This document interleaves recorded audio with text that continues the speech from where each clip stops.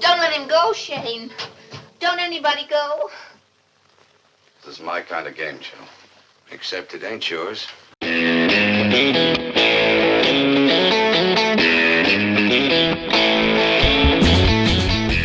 Hello and welcome back to the Cine-Files, where we continue our exploration of George Stevens' Shane.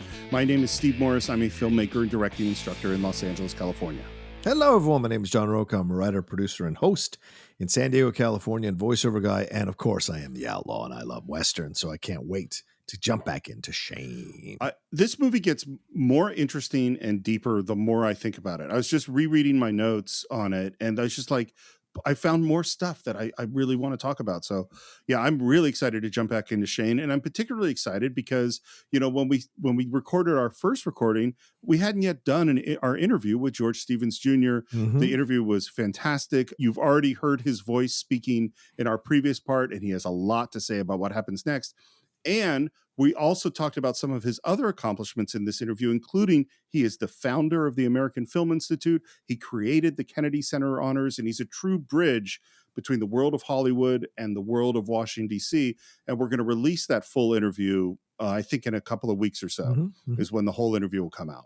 So, John, do you want to jump right back into Wyoming and the Old West? Yeehaw, let's do it, man. So where we left off, we had just had the big 4th of July celebration where Tori came back and described the Jack Palance character, Wilson, and we speculated that this guy might very well be a very dangerous gunslinger. Yeah. And after that, we're riding home on a wagon. This is it's a process shot, so it's clearly like rear projection. And we arrive at the gate of their homestead, and there's a whole bunch of guys there. Yeah. Including Riker and Wilson. And this is the scene of the movie. I know we referenced it already in part one, but this is the scene that I don't think I remembered, or for whatever reason this time around really hit me when I watched it. So there are two things going on. Yeah. The first thing is that Riker is basically offering to hire Starr. Like, rather than fighting him, he's like, why don't you come work for me? I'll pay you well. I'll pay you for your land. Shane can come work for me too. That's one thing that's going on. And the other thing that's going on is Shane and Wilson are checking each other out. Oh, yeah. Oh, yeah. And all of the looks are, and this is what the great filmmaking isn't doing just one thing. It's doing a lot of things. And all of that stuff with Shane and Wilson is fantastic. Yeah, that's great. I mean, I think when you see Open Range, there's a little bit of that near the end with Kevin Costner. And I think Kim Coates is the actor, and they're sizing each other up a little bit when they're having that back and forth before the big shootout happens. Same thing. And so there's a vibe of that here between Alan Ladd and Walter Jack Palance. And as it's getting a little more heated with Starr and Riker, Starr says, "You've made things pretty hard for us, Riker.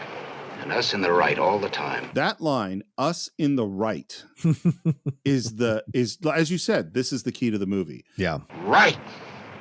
You in the right. And then this is the speech. Look, Starr, when I come to this country, you weren't much older than your boy there. We had rough times. Me and other men that are mostly dead now. I got a bad shoulder yet from a Cheyenne arrowhead. We made this country. Found it and we made it. Is there...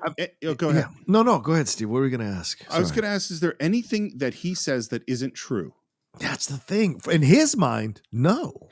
This is 1953.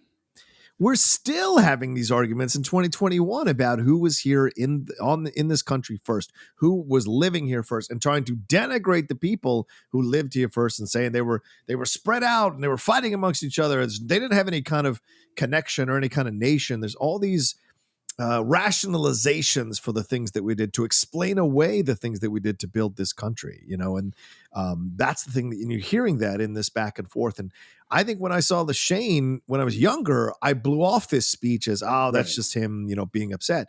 But now that it's become in essence a political mantra in the last few years from a certain side of the political spectrum, the speech hits you a little bit harder this time around because he believes everything he's saying. He's 100% in on this thought process and in on this point of view and why he is in the right.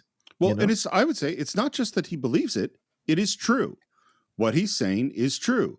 To a degree, yes. Yeah. I mean, like, did he come out here when there wasn't a lot of other people? Yeah. Mhm. Did he bring the cattle? Yeah. Did he have battles to protect himself and his cattle and his people? Yeah. Yeah. Did a bunch of people die doing this? Yeah. He makes his case. No, he's not a cutout villain. He's Right. you really understand his side of the case. And Dad always had a sense of making these characters not cliches, but having some depth. In general, I don't like bad guys. I like characters that are antagonists that have a motivation, who might do bad things, but purely, mustache twirling bad guys are not my thing. Cattle we brought in were hazed off by Indians and rustlers. Don't bother you much anymore because we handled them. We made a safe range out of this. Some of us died doing it. We made it. Now, first of all, we might have questions about the morality of what they did, particularly from today's perspective, and knowing what we know about the treatment of Native Americans and taking people's land and things like that. But again, from his perspective, this is what happened. Here's the big thought that I have, which is, I think we aren't very good of seeing truth as additive. Yeah. We see truth as either or. Right. Either what he is saying is the truth or what someone else is saying is the truth. And I don't want to get into the politics of it all at all, but one of the arguments about critical race theory and stuff like that is if people are seeing like we're going to replace this truth, the truth that you and I grew up on when it was just all the founding fathers were awesome. We didn't talk about slavery very much, and we didn't get into those details. And you're just going to throw that truth out and replace it with a different truth. And rather than, that's what I mean, there are many of the things we were taught were true. Yeah. There was just a whole bunch of other truths that we weren't taught. And that's why I say make it additive. I think what Riker says is true. It is one piece of the truth. We haven't heard the story of that Cheyenne family who got kicked off their land. Right. Their story's true too. Yeah. We haven't heard, there's so many, and it's like, no, the truth is complicated. And that's why I think this is why this reminds me of The Searchers in a way, is like, this is a complicated movie. Oh, yeah. Without easy answers. That's what makes it a classic. Yeah. Absolutely. And look, when he says, you weren't much older than your boy. So he's saying, like, what I was younger than I am now, and I did this for decades. And then you roll up in here and have a kind of entitlement, which is what a lot of people feel about the younger generations when they come in. It's like, you didn't have to suffer like I did, and it makes it really powerful. And he says, we made this country, not we made this city or this area or this valley or this country. So it's a stronger statement than just the plot of land, And he worked so hard for decades probably. And then this is what he says. He says, then people moved in who never had to rawhide it through the old days. That's it. They fence off my range and fence me off from water. Some of them plow ditches, take out irrigation water. And so the creek runs dry sometimes. I've got to move my stock because of it. And you say we have no right to the range. The men that did the work and ran the risks have no rights? That's just, wow. It's a strong statement. And again, from his perspective, all true. Yeah. Well, it's funny. Like if you drive up and down California on I-5, you will see tons of signs that say no water, no crops. Because water is a huge political issue in California. Oh, yeah. And water is a zero-sum game. So if you take water from one place, you give it to another. If I water my lawn, I don't actually have a lawn, but if I had one and watered it, that's water that's coming away from somebody else. And so you have people whose livelihood is dependent upon water. Yeah. And they're not getting it. Well, that's what's happened to Riker. It's like he's spent decades building this business and now he can't run it the way because these people have shown up. I think that's why he's a fantastic quote unquote villain, but really antagonist, not so much villain in this movie, because there's a real legitimate reason for what he's doing, right? When most Westerns, it's like, I just want to keep my land and I'm going to come up with any reason to come after you. This is different. This is a guy who's like, I did all this and I worked hard and I built this thing and I lost my friends and my family in this. And I had Native Americans come after me for, we created this. I experienced so much of this. And now I'm the one that has to move my stock Right. because you guys have come in here. I'm the one that has to go find water someplace else because you guys have come in here. And he says, I take you for a fair man, Starr. I'm not belittling what you did, but you didn't find this country.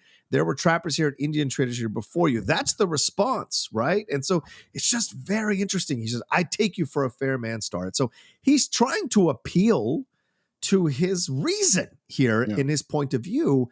Villains or antagonists don't usually do that in Westerns, Steve. So that's what makes him an even more interesting antagonist. And like you said earlier, or like we said in part one, he didn't want to call Wilson. Right. Everything that happened here, Shane showing up, has finally made him call Wilson because he's got to counter Shane. And he does try to hire Shane so he doesn't have to have this confrontation with Starr and the rest of these people. He thinks maybe if he hires Shane and Wilson, then everything will work fine and everybody will shut up and do their thing. So it's so interesting with the kind of villain that he is in this movie. If this stuff wasn't going on, let's say there are no homesteaders and he hires these guys. Yeah. Is Riker a good guy? I think Riker's a smart guy. I don't know if he's a good guy. And I don't think you could be all the way good and survive in this kind of land. Which, like you said, if the truth is additive, then being good or bad is also additive, Absolutely. isn't it? Yeah. So you can say, I mean, like a lot of people say, many people who are successful in business are not good people, actually. They did a lot of terrible shit or some behind the scenes stuff that wasn't great to achieve what they've achieved. And the same thing here, the people who came out and made the West, they went through a lot of hardships and they had to make some really tough decisions and do some terrible stuff in order just to survive. And so so this idea of good or bad really doesn't work in that spectrum. But that's why Westerns are great, because they're fantastical interpretations of what should be good and what should be bad in a lawless land or in a lawful land, depending on the city, in the West. I think this is such a good metaphor for so many things. And the one that occurs to me right now is coal miners. Yeah. Is that right now we're at a place where, I believe in climate change. I think it is an existential threat to humanity and we need to stop burning coal. But I also know that there are people whose families for generations, that has been their livelihood. And so someone coming along saying, we're going to shut you down. Well, that is a threat to their livelihood, just like the homesteaders are a threat to Riker. While all this is happening, Jack Palance gets off his horse. Yeah. Oh boy. It is so cool and so slow. And apparently they did tons of takes and he was so bad on a horse. This is like the only take that worked. And it wasn't that they intended on having him do it super slow. It's just that was the one where it worked. And it ends up being super cool. I'm only getting off this thing once, Jack. And then what's really weird is Riker gets off his horse and goes to talk to Joey. Yeah. How do you feel about it, son? Wouldn't you like to go partners with me? That's weird. Yeah. Well, but it's also what makes him an antagonist, that he would go and try to take the son of the man who's refusing to work with him to try to manipulate the kid against his father. It's dirty pool. Oh yeah, I think so too. Yeah. And then after lots of looks and Joe and Joe shuts this whole thing down, Jack Palance slowly gets back on his horse. And you want to know what this shot is? What's that? It's the reverse of the shot where he gets off. It's the same shot. Oh, how funny. They never had a good take of him getting on a horse. So they just took the same shot and reversed it. I told you, I'm only getting off this thing once. And Riker and Wilson, they all head out. And Joe asks Shane, what do you make of him? He's no cowpuncher. Yeah. It's the next day. We're back at the bar. Of course, everyone's still there. And basically what they want to do is bait Starr so that Wilson can kill him. Yeah. At this moment that they're having this conversation, in rides the Swede and Tori. Why don't we just gun him and get on with it? One's run already. It won't take much to stampede the rest. The street is very muddy. And apparently, so George Stevens wanted a muddy street. And so they wetted it down the whole night before. And they get in there that day and he says, it's not muddy enough. Wow. And so they literally poured water on this street for a whole 24 hours to come back the next day. And it is really, really muddy. Yeah. Deep, thick mud. and Jack Palance is leaning against the wall of the saloon, looking cool as can be, and he calls Tori over. Oh, man. Hey, come here. And the Swede, the other guy he's with, says, "Don't go." Nobody's going to buffalo me. Well, and this is the thing. Mm-hmm.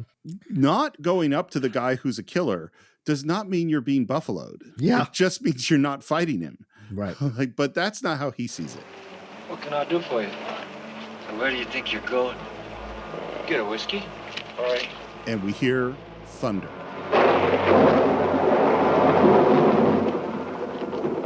And I love, too, that you hear just a bit of Dixie playing in the background.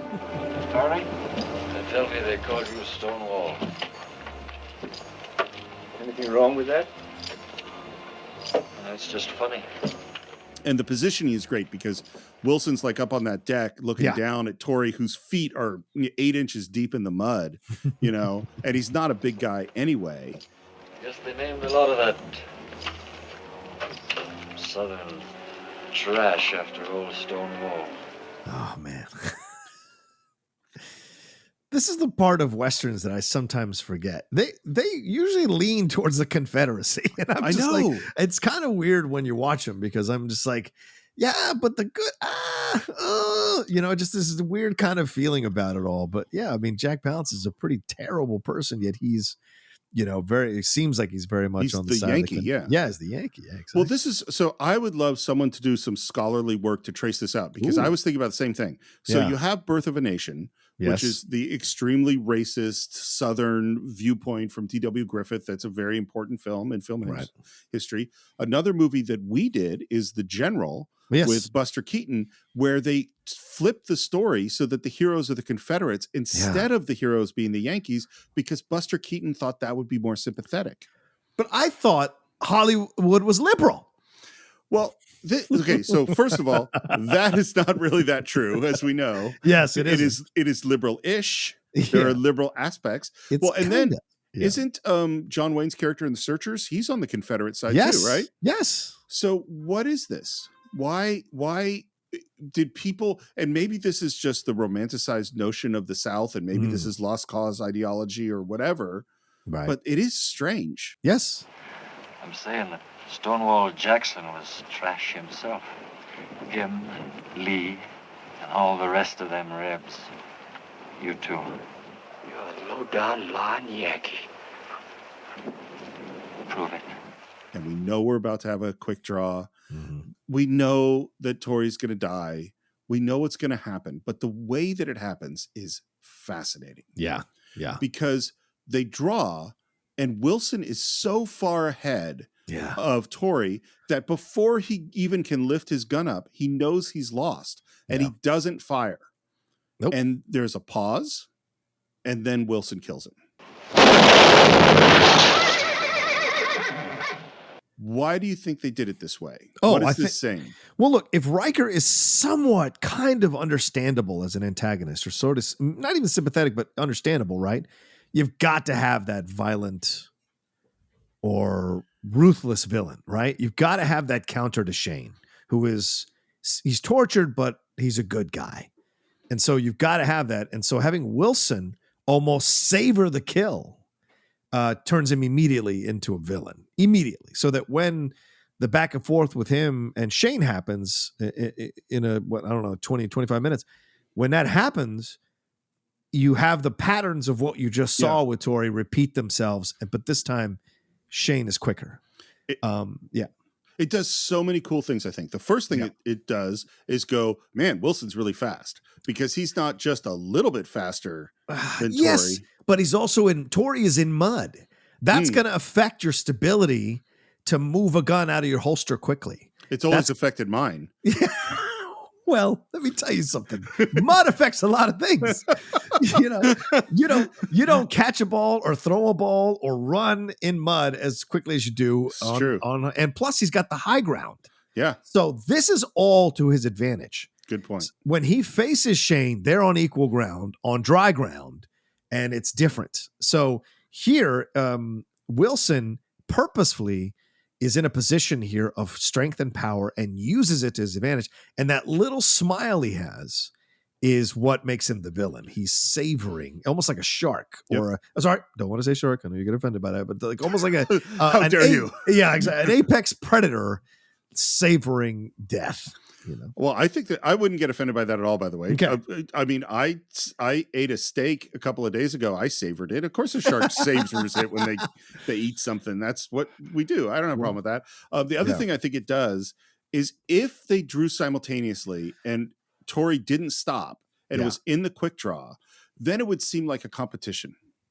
Right. But because there's a moment and Tori is basically lowering his gun, it turns it into murder. Yes. It is a clear, deliberate murder. And this goes to this thing that George Stevens was thinking about is he didn't want to make this violence fun. He didn't want to make the gunshots fun. In terms of the story and what made it exceptional beyond what 17-year-old George Stevens Jr. saw in that book, is my father had come back from the war and he'd seen one movie in 3 years. And he comes back and sees these Westerns and people are shooting, clutching their stomach, reloading after getting shot, you know. Yeah. And he'd seen what a 45 did to a human. And he thought this was sort of, this frivolous stuff was not that good. Dad said about the film, he said, for us in this film, a gunshot is a holocaust. He wanted the audience to see what the firing of a single gunshot can mean. We see it more playfully early when he's teaching little Joey to shoot, and he shoots that white rock, and you find out how fast he is with the gun, Shane. But this, when Palance confronts the little Southerner, you know, and Palance had learned, he rehearsed, and you'd see him in the distance climbing on and off of his horse, drawing, putting the glove on. He really, an actor bringing something to the scene. People used to get shot and fall forward. They'd put a harness on him under his shirt. And they had 3 stagehands, teamsters at the other end of it with, you know, and when Palance shot him, they ripped him back into that mud with a mattress underneath the mud. That really made the gunshot a holocaust. One less sodbuster.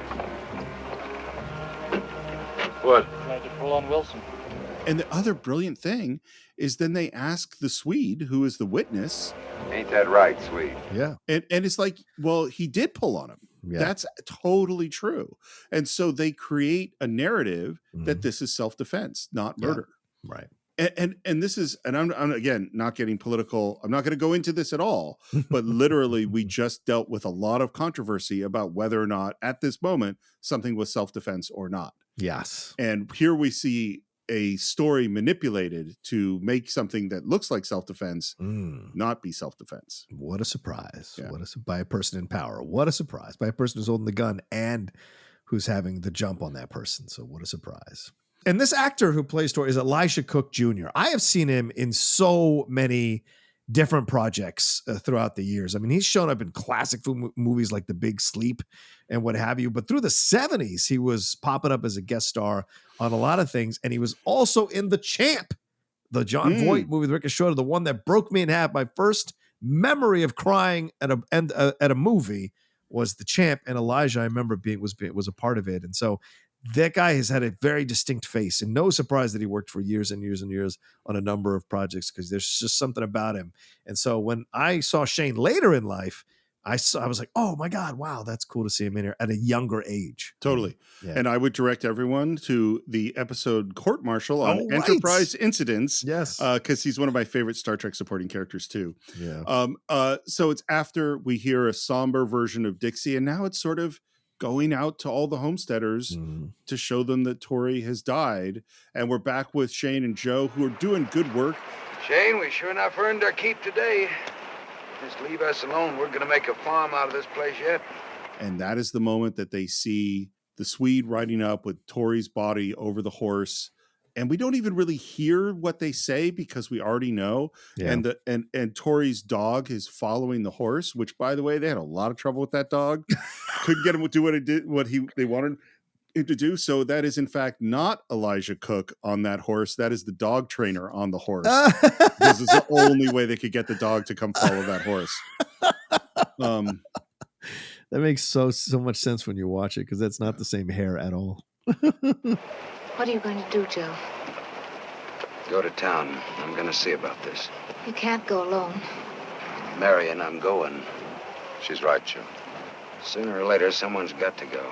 And then we hear the other thing is now, man, are any of the homesteaders going to stay at this moment? And we cut to a wagon being rigged, and Joe rides up because one of the homesteaders, that's it. They're packing up and going.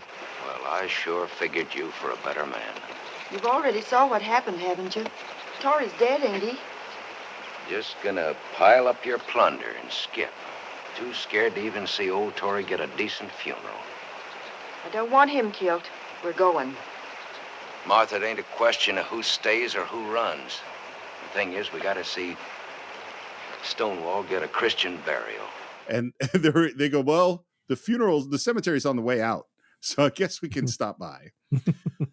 And we dissolve to the funeral, and we hear singing, which is the music we heard back at the 4th of July party. Yeah. The shots here are just beautiful. Dude, I was going to say that. The framing that George Stevens does here with the camera and the cinematographer is just incredible for a Western, right? It really makes what would be probably a boring situation, like a funeral out in this terrible land, have more weight and power to it. I mean, the shot of Shane standing there almost like a statue with his arms behind his back, and these women are talking, like there's almost a regalness or a power to him that is developing. Like it's developing because he knows he's going to have to go battle this guy.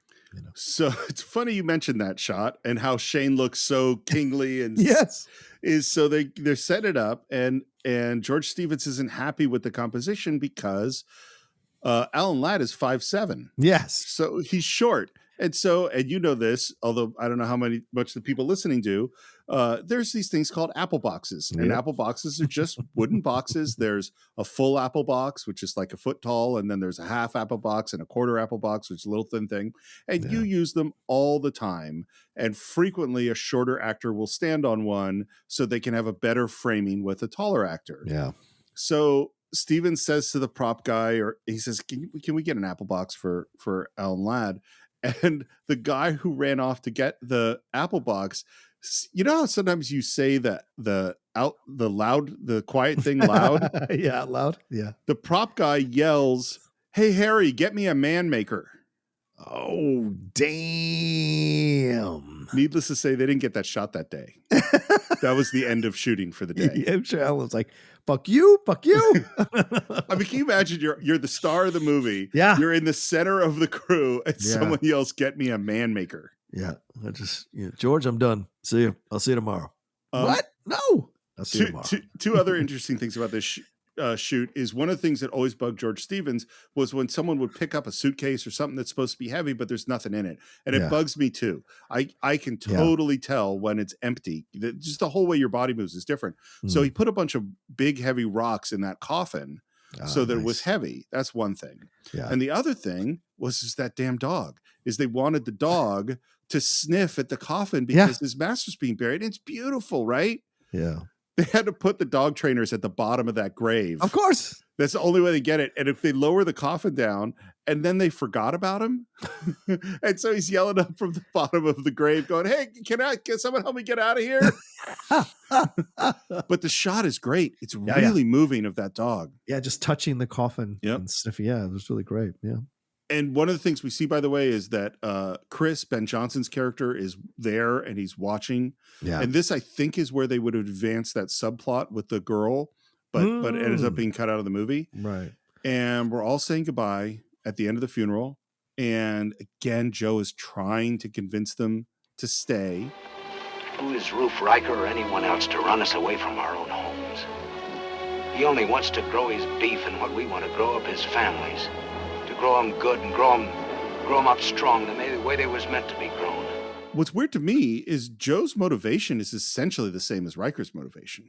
You know? Right. This is my space. Yeah. I want to be able to build what I want to be able to build here. This is a great two-handed speech that's happening here between Shane and Joe just like they were doing before, working together to build whatever they're building. This is kind of a mirror of that, and they're doing good work here too. Nobody wants you to stay for something that means more to you than anything else. Your families, your wives and kids. They've got a right to stay here and grow up and be happy. That's up to you people to have nerve enough to not give it up. But just when they're having a great moment here, all of a sudden we see the smoke coming from one of the farmhouses.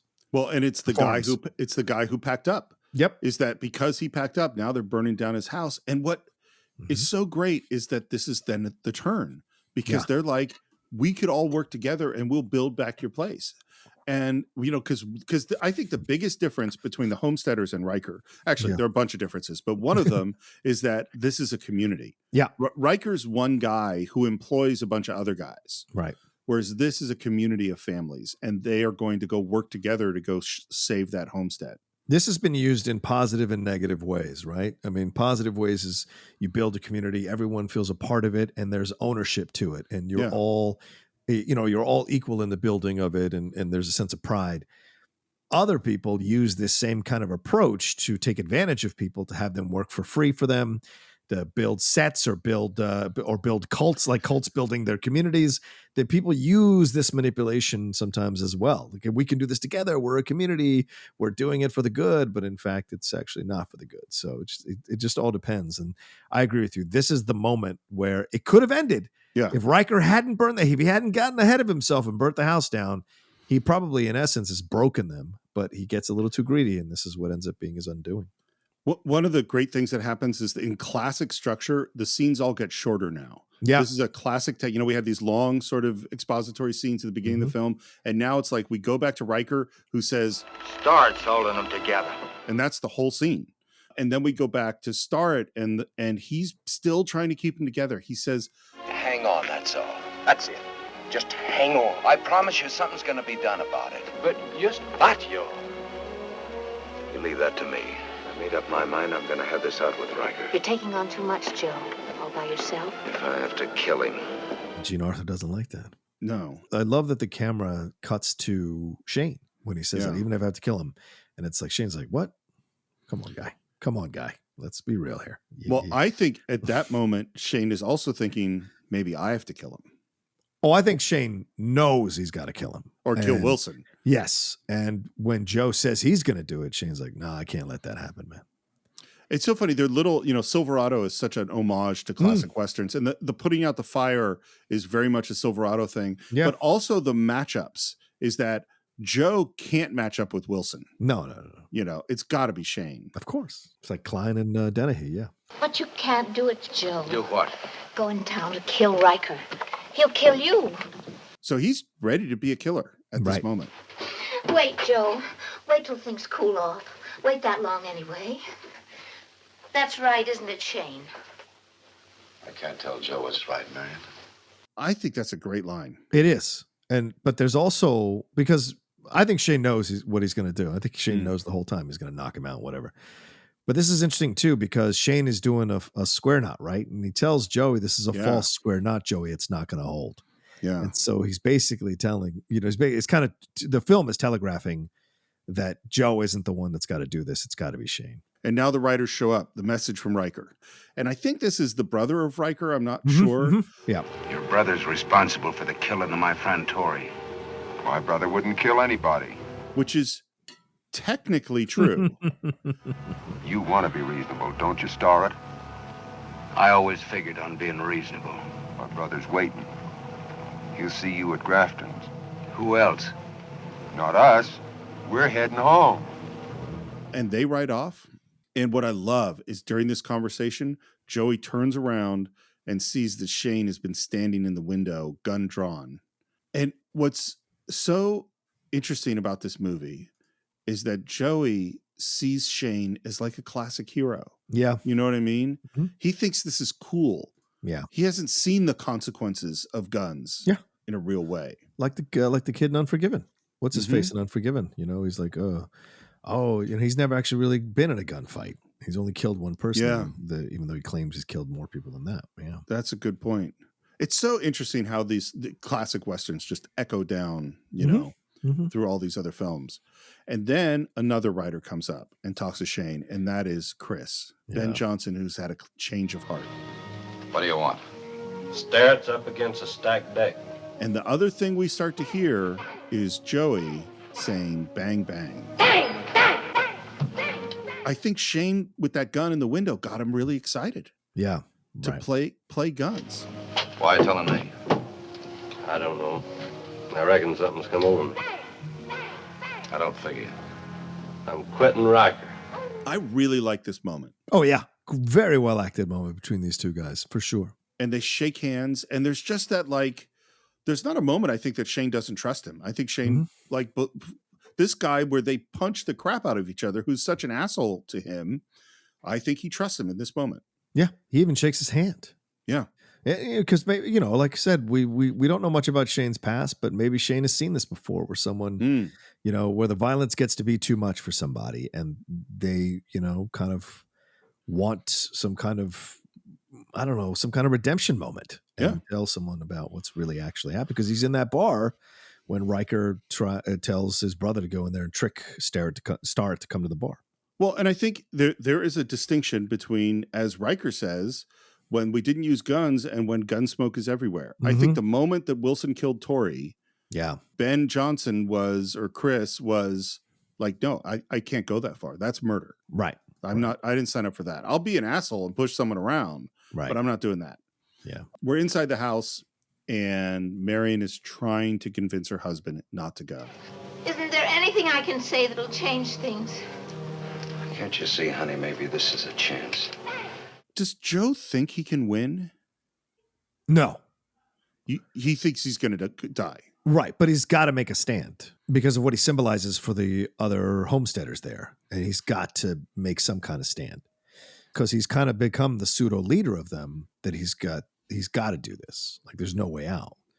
So I don't think maybe he's lied to himself that he's going to win, but I think he knows deep down this is a lost cause, but he's going to go and do something here because it's noble. It's correct.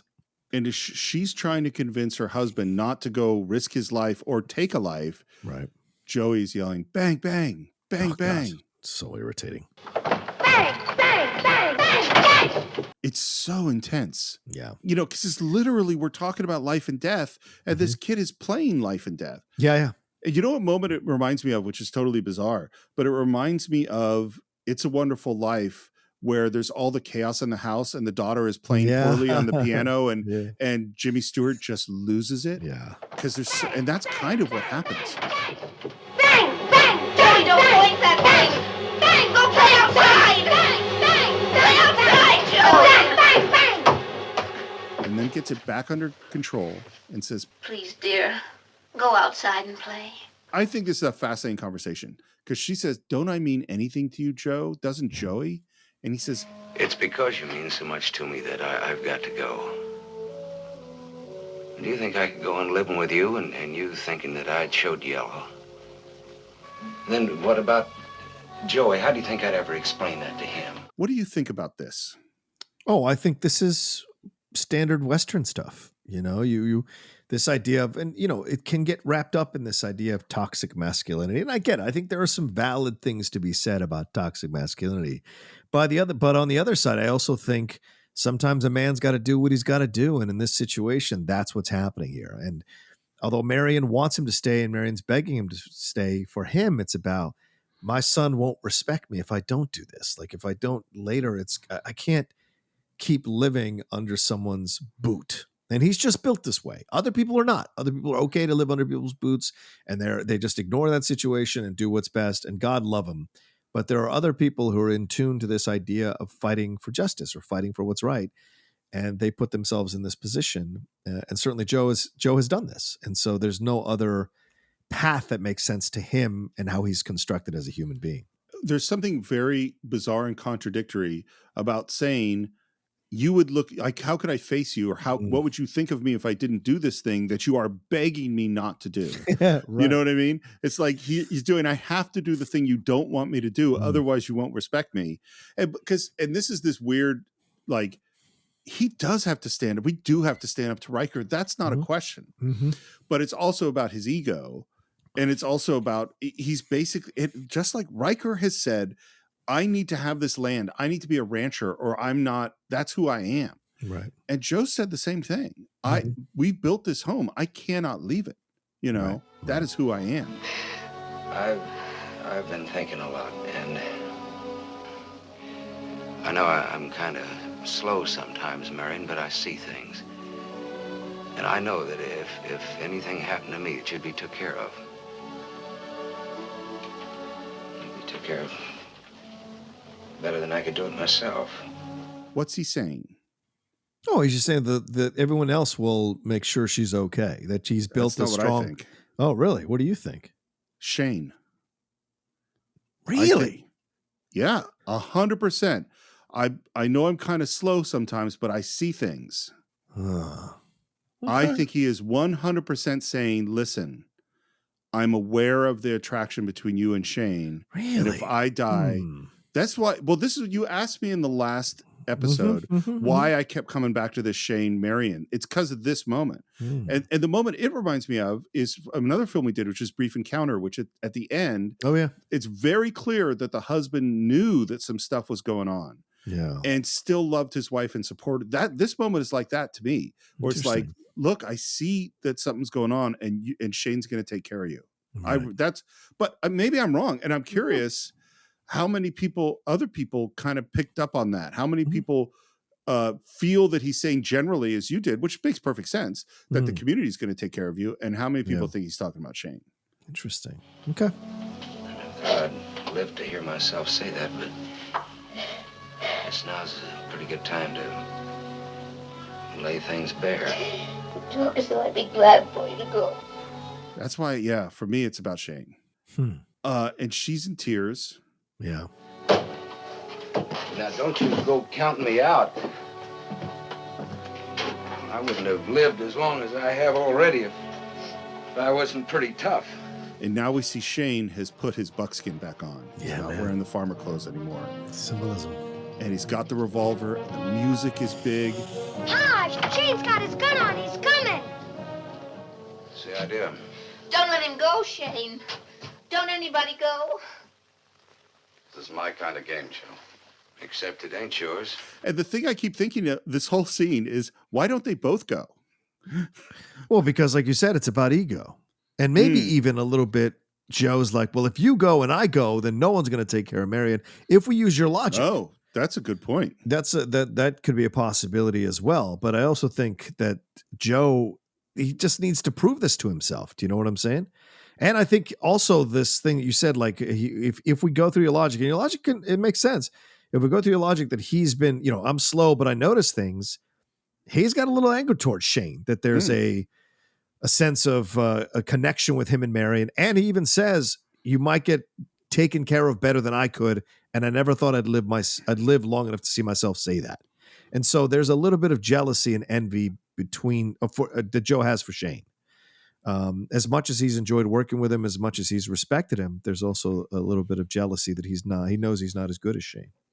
And that's tough for men sometimes. Well, brothers sometimes fight. Yes. You know what I mean? No, yeah, absolutely. And that's what we're about to see.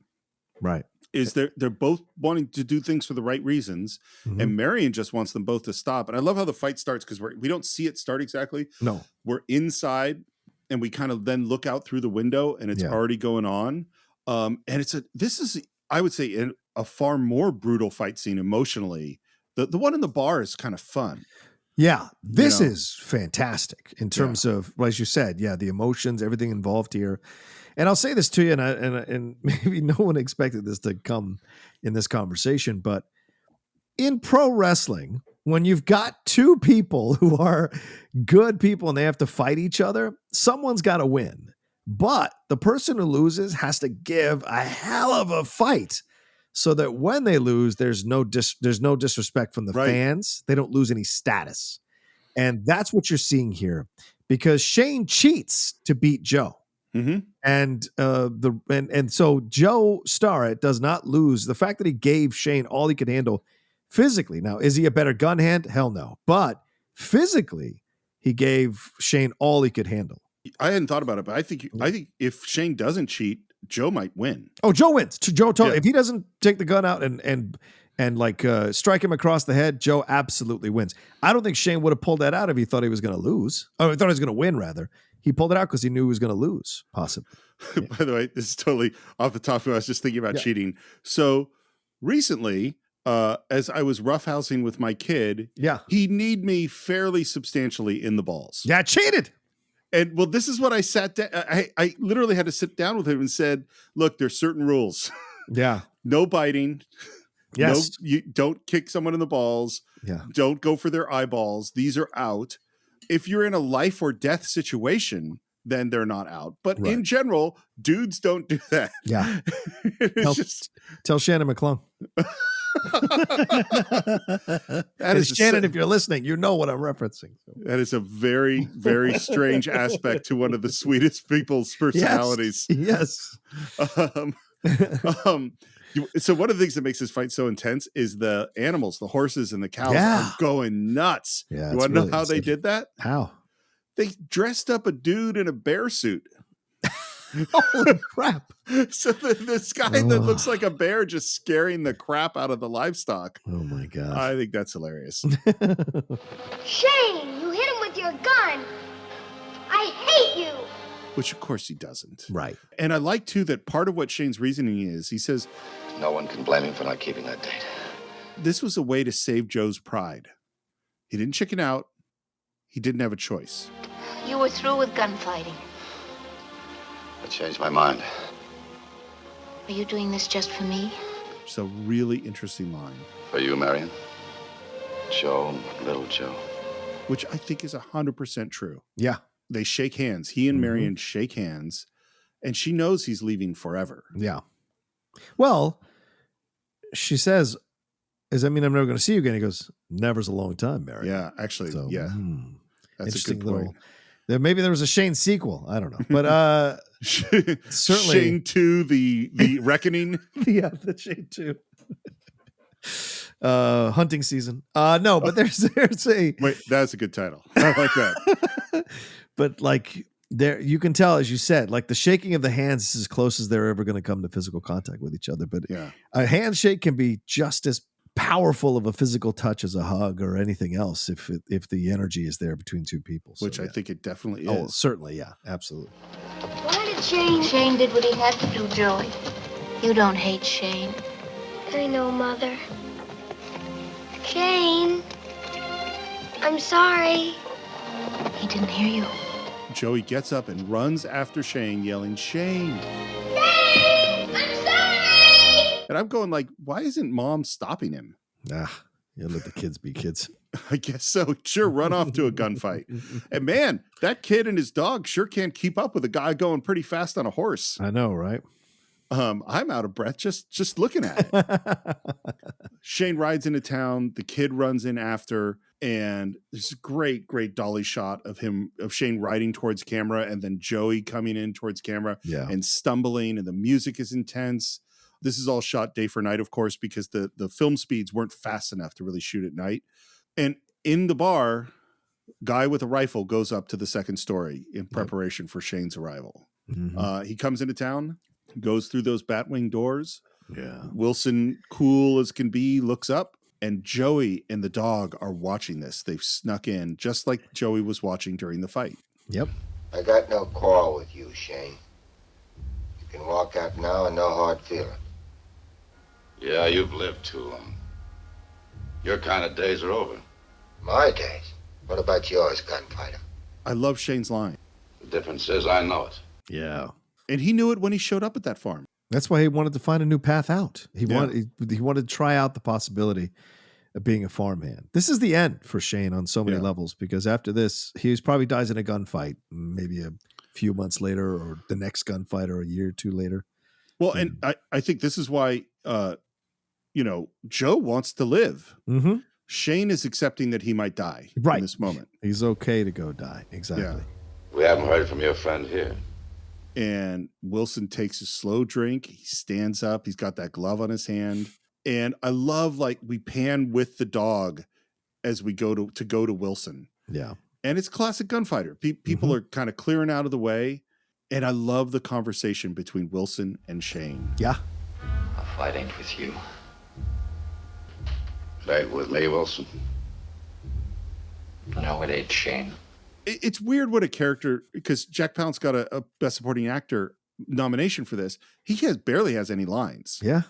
But there's all in his face. Yeah. It's all in his face. And, you know, when I watched it this time around, I tried to imagine what he was thinking when Shane showed up, because that wasn't what they were expecting. Or maybe he did. Maybe he did think, well, this guy. Maybe that's what he wanted. Yeah. And maybe that's what he wanted. So maybe he's trying to prove something to himself as well. Maybe he took this job wondering if this is his last job. And, you know, he's wearing the glove, which is something Robert Vaughn wears in Magnificent Seven. Right. So is there an allusion to that? I wonder, because that film came in later, obviously, to this kind of fatalistic approach to life, you know? And so he's got that. And look, the stance he's in, everything, and the back and forth about how they've heard about each other. There's almost a sense of pride. Like, if anyone's going to take me out, I want it to be you, you know? And I love that. I love how Wilson repeats Shane's name. Yeah. So you're Jack Wilson. What's that mean to you, Shane? I've heard about you. What have you heard, Shane? Shane. I've heard that you're a low-down Yankee liar. Again, it's aligning Shane with the South, which is just straight, because there's nothing Southern about it. He doesn't have a Southern accent or anything like that. And we hear... Prove it. And Shane draws and kills Wilson. And again, he's on a wire, so he gets pulled back. And then Riker immediately draws, and Shane turns and kills Riker. Yeah. And we know there's still a dude on the balcony with the rifle, and Shane spins his gun like a gunslinger and reholsters it. Yeah. Here's an interesting thing that George Stevens Jr. said on the commentary track is he told his dad he really, really didn't like this, is that he didn't think Shane should spin the gun because Junior felt that was everything the movie's against. Yeah. And what George Stevens Sr. said was, this is all from the eyes of Joey. Right. Great point. That's a Joey great is romanticizing this moment. Right. And we hear a squeak. Shane, look out! And Shane turns, ducks, and fires and kills the guy with the rifle. But he does get shot. He does get a little bit of the buckshot in him. So maybe he doesn't even make it to the next town, bro. Maybe he just dies from the wounds. Yeah. I knew you could, Shane. I knew it. I knew it just as well as anything. And Joey is so excited, which when I saw this the first time and I said, like, I really didn't get it. Yeah. I was like, oh yeah, he's excited. And I didn't see that as, it's almost tragic that Joey is so excited, you know, because what happened was horrible. Right. You better run back. Can I ride home behind you? Afraid not, Jimmy. Please, why not? I gotta be going on. And then this moment, Joey asks why, and he says, Man has to be what he is, Jimmy. Can't break the mold. I tried it, and it didn't work for me. The note I wrote down here is, actually, it totally did. Yeah. It did work. It was working great. If Riker weren't here, it would have worked great. Well, it could still have worked if he wanted to Absolutely. stay, because now he's eliminated Riker and Wilson. Yeah. They, in essence, could create a new ruling class of the town and be better in how they ruled it and be more fair. But Shane rides off because he tried it, but it's not for him as much as he wanted to. So I'm not saying that he, like you just said, like it could have worked. It worked, but it didn't 100% work for him. Well, what I think this next line is really interesting because he says, Joey, there's no living with a killing. There's no going back from one. Right or wrong, it's a brand. A brand sticks. And the way I always interpreted this line was it's how other people see me. Everyone will see me as a killer. So that's a brand that sticks. But then what I'm thinking now, maybe part of it too, is that Shane can't get past it. No, Shane can't. You know, it's not that it's PTSD exactly, but that like he's scarred by being a killer. Yeah, because he'll always resort to it. And remember at the beginning of the film, any little sound, he was pulling his gun. He was reaching for his gun or whatever. Yeah. And so he's so trained to that. That he's spent a lifetime training himself to be able to do that, that it would take a lifetime to untrain himself from doing that. And I think he realized, I tasted it. It's not for me. And even that moment, you skipped over this moment here real quick when he says he was fast on the draw. There's almost a melancholy sadness in Shane when he says that, because he's had to kill one of his own kind. And there's almost a little bit like my days are numbered. Here's another one whose days were numbered. Now I know my days are numbered. And so we're disappearing. And even I'm taking some of the people who are just like me out of the West, That's a really good point. In this last scene, you're on the set and you know that a scene is serious and heavy and the whole set is quiet and they're all watching as Shane is saying goodbye to Joey, and everyone took it really seriously, except apparently for Brandon DeWild, who played Joey, who kept cracking up. So he keeps laughing through the scene, and Alan Ladd is getting madder and madder. I'm sure. And he calls over the boy's father, who's on the set, and he says, "Make this kid stop or I'll beat him over the head." And then he behaved. Yeah, right.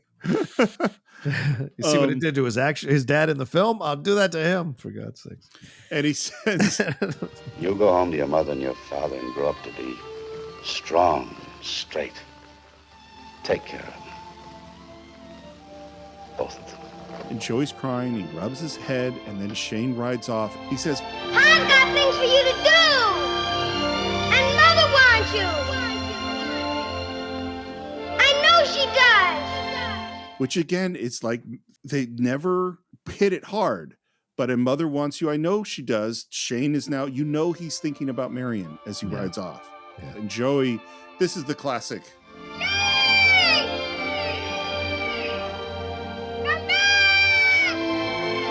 And we dissolve to Shane riding up the mountain to the top of the hill above the cemetery, the Tetons in the background, in the iconic, one of the most iconic endings of a Western ever.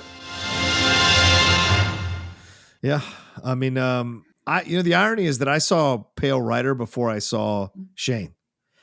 And so when I saw Shane again and saw all the allusions to it, it kind of blew me away how much better it is than Pale Rider, even though Pale Rider is a good movie. But this moment carries some, even though the kid is kind of annoying for me most of the movie, Brandon DeWild, but like this moment is powerful. He is annoying. Right. He can be annoying. But this moment is powerful and represents so much, right? It's almost like he's pining for the old West to come back, the old way of doing things, the old, like all of that. Shane, come back. He loves him so much, but there's more. But that time is dead. How many of us pine for the old days? How many of us pine for a time in the past? And so it's just like it symbolizes so much to see him yelling after him. Well, and what's so upsetting, I think, is that he goes to make this movie to unromanticize violence and guns, and yet in the movie, and I think it's really brilliant, is that the movie ends with the kid who is going to romanticize violence and guns. Yeah.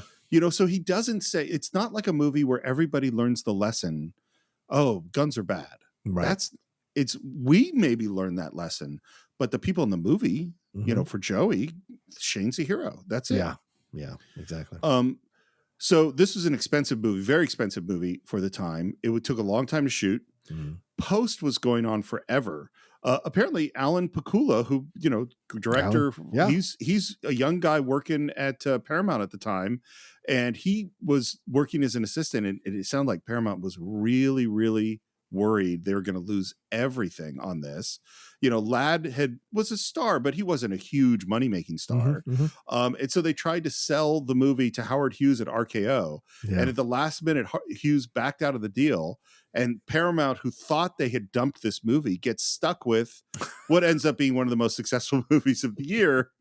And so they got really lucky that Howard Hughes backed out at the last minute.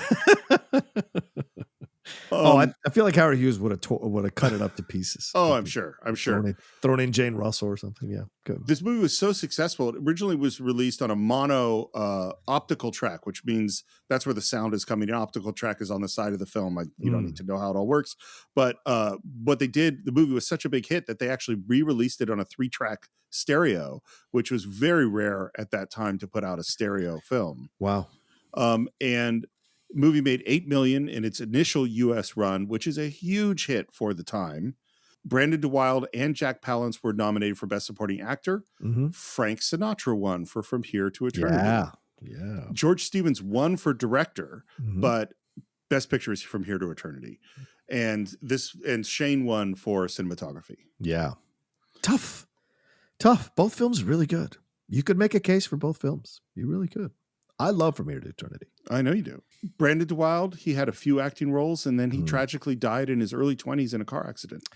Yeah, going to see his wife who had been in the hospital or something. And apparently he had struggled with drugs and alcohol as he got older. So there were some suspicions that maybe it was suicide, or that he was high or drinking. And that's what caused the accident. But it was pretty brutal.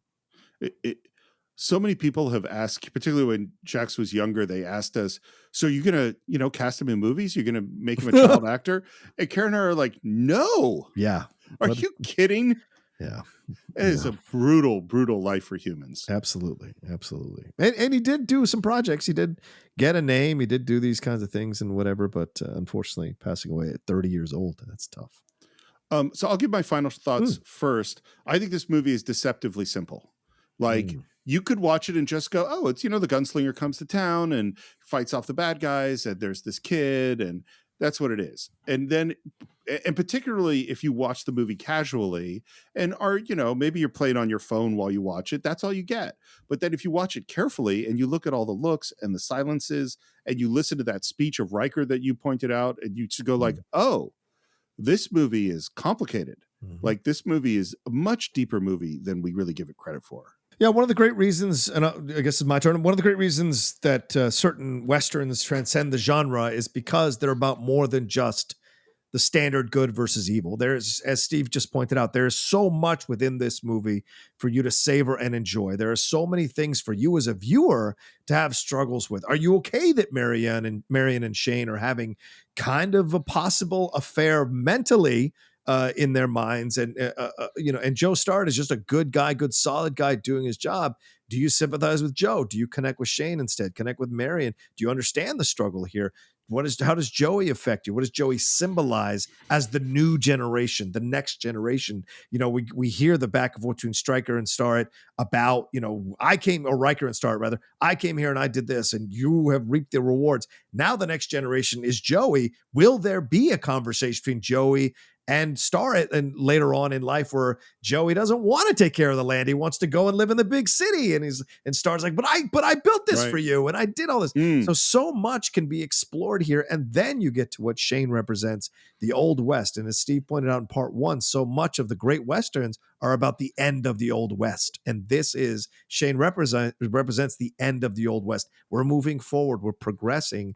And I think one of the reasons people love Westerns so much is because we always see something ending in our lives, something progressing to its end in our lives and changing. And there's a power in that.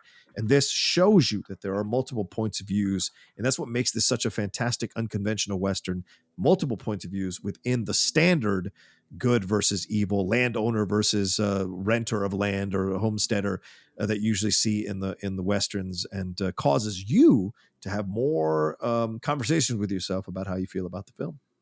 You know, I just looked up because I was curious about is that so Joey, if this takes place in like the mid 1890s, and Joey is what, like 8 years old? 8 years old, 9 years old, yeah, something like that. So that means in 1953, Joey was in his late 60s. Yeah, living in a city probably. Yeah. And felt super guilty. You made a movie about him leaving his dad back down the homesteader. So that is what we think of Shane. Of course, we'd love to hear your thoughts. You can visit us on our Facebook page, do a search for the Cine-Files. You can subscribe to the show at Apple Podcasts and YouTube and Spotify. Reviews, we've mentioned them before. I'm mentioning them again. Comments on YouTube, we always love them. Interaction with you on Twitter, where we are Cine_Files, or the Cinephile Podcast on Instagram, are awesome. You can buy or stream Shane along with every other movie we've ever reviewed on cinephiles.net. And you could support the show, even suggest a film, or listen to our Cinephile shorts on patreon.com/the Cinephiles.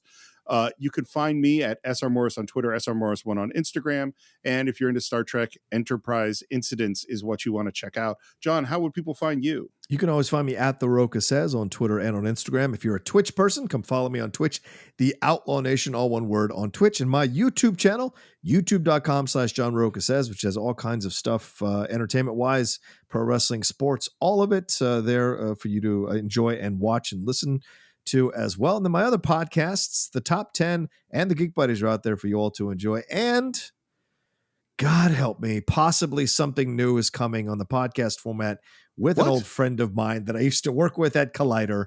So just throwing that out there, that we're right now having negotiations about that, as if I have extra time. But I love speaking to this man about so many things, so it may be happening. So just be on the lookout for that as well. Well, Cinephiles fans, I know just as much as you do about this project. That is the first I ever heard about it. True. I'm very excited about it. As you know, I am a big John Roca fan. I subscribe to all his shows, so maybe I'll be adding another podcast to my subscription list. Oh, God. And of course, we also want to thank George Stevens Jr. for joining us. Thank you. The incredible person. You'll be hearing his full interview in a couple of weeks. And I also just say he has a book coming out, which is My Place in the Sun, A Life in the Golden Age of Hollywood and Washington. That book is coming out in the spring. And thank you to everybody who helped make George Stevens Jr. happen as a guest on our show. Thank you, David. Thank you to everybody. Absolutely. So that is it for this week. We will see you next time with another great film on The Cine-Files.